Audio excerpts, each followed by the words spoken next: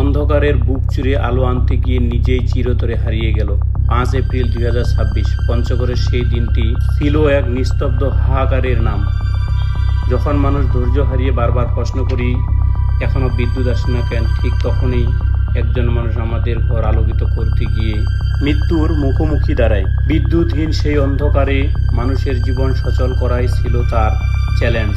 কিন্তু নিয়তির কি নির্মম পরিহাস, হাই ভোল্টেজ লাইনে কাজ করা অবস্থায় হঠাৎ বিদ্যুৎ চলে আসায় সেখানেই থেমে যায় তার জীবন স্পন্দন। উদ্ধারকর্মী আসতে দেরি, নিরাপত্তার অভাব, সব মিলিয়ে যেন এক চরম অসহায়ত্বের প্রতিচ্ছবি।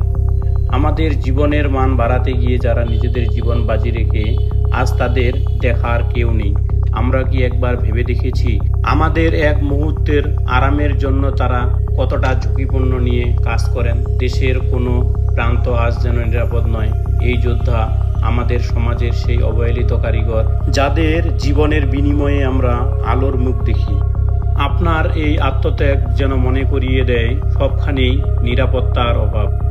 আল্লাহ আপনাকে ভালো রাখুক, পারে আপনার পরিবারের শোক কেটে ওঠার মতো ধৈর্য শক্তি দেও। আমিন।